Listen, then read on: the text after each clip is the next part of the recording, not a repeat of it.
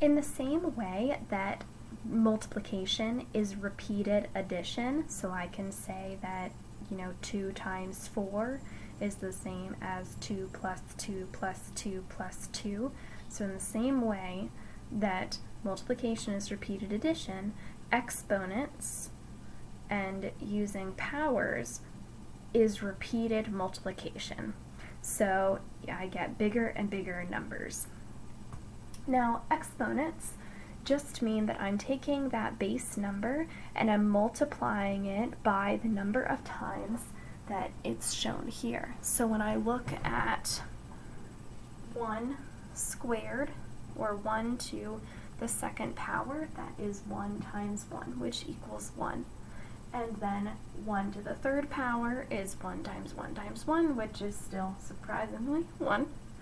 Here I have 2 cubed, which is what I say for that 3 number, but I could just as easily say 2 to the third power. So 2 to the third power would be 2 times 2 times 2, which is 4 times 2, which equals 8.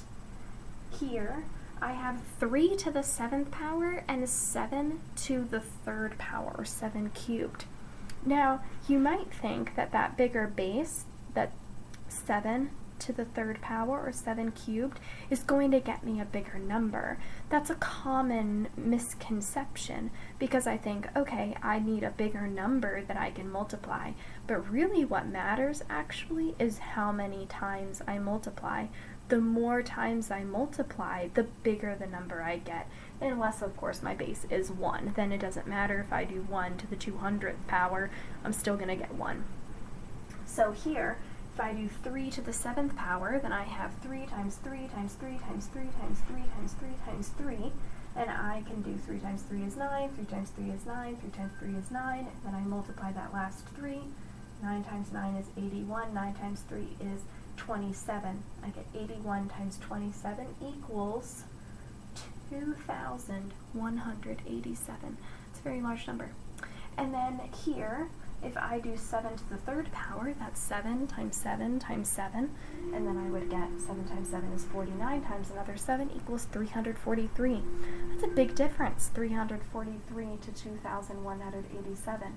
Now both of those got really big, really fast. I know that 7 cubed is not the same as 7 times 3. 7 times 3 is only 21. That's not that big.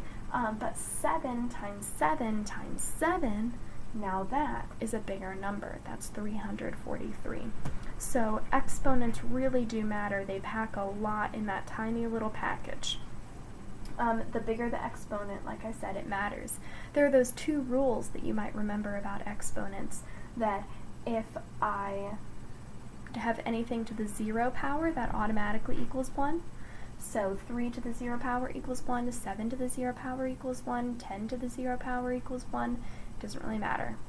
And then anything to the power of 1 equals itself. So 7 to the power of 1 equals 7, 8 to the power of 1 equals 8. It just automatically equals that base. Remember that I have those 2 different parts. So I have the base of my exponent is the big number, and then the power, or the exponent, is the tiny number.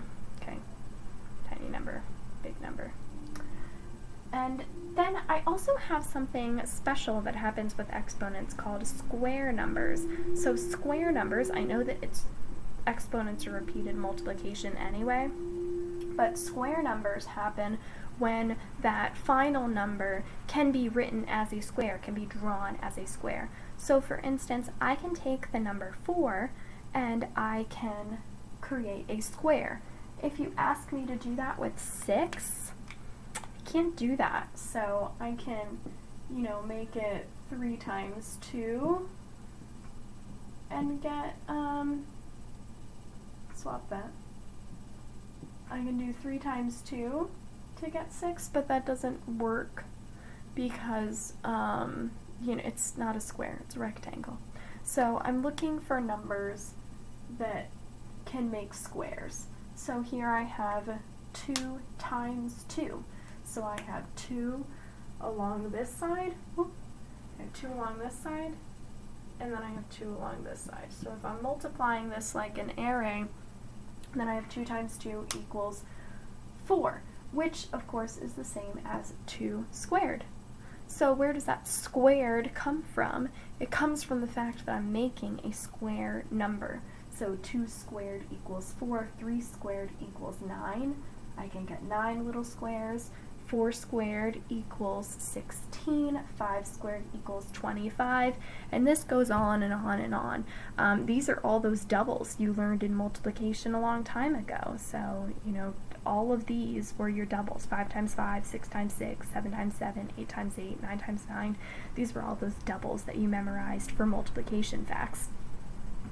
One other thing I want to point out, so these are often referred to as square numbers or perfect squares. The reason they're called perfect squares is not because these are somehow great numbers for any particular reason. The reason they're called perfect squares is because I can find the square root of them perfectly. So their square root ends up being a whole number.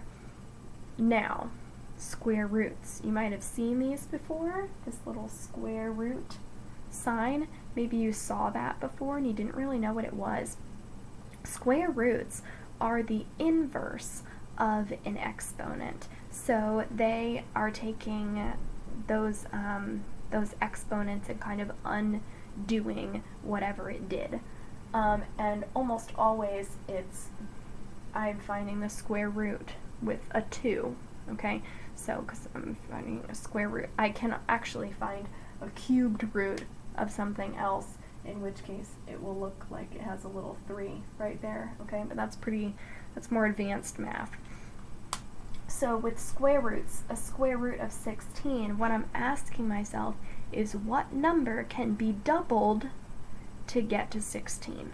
What number can be doubled? What number can be squared to get 16? And I know that that's 4. 4 times 4 equals 16.